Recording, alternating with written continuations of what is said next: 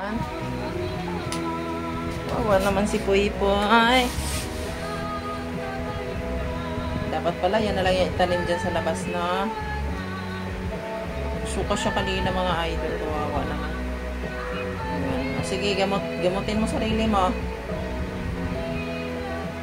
Bakit na naman kaya nagsuka to? Siguro dahil ito sa mga buto na pinapakain dati.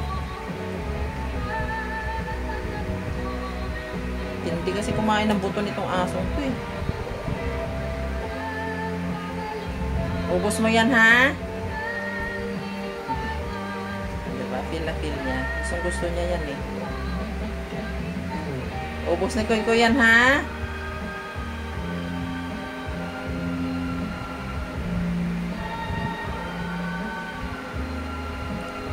Suka na naman eh. May sakit itong aso.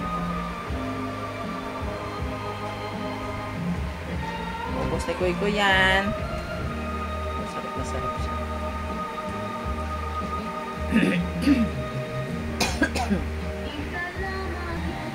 Sakit na naman siguro tiyan nito. Yan yung sakit niya. Palagi siyang nagsusuka.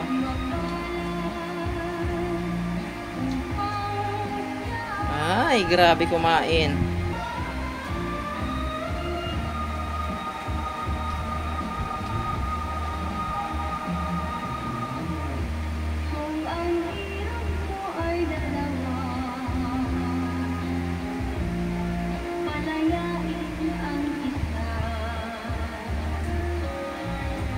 Pusin mo yan ha. Para gumaling na si Soy Soy.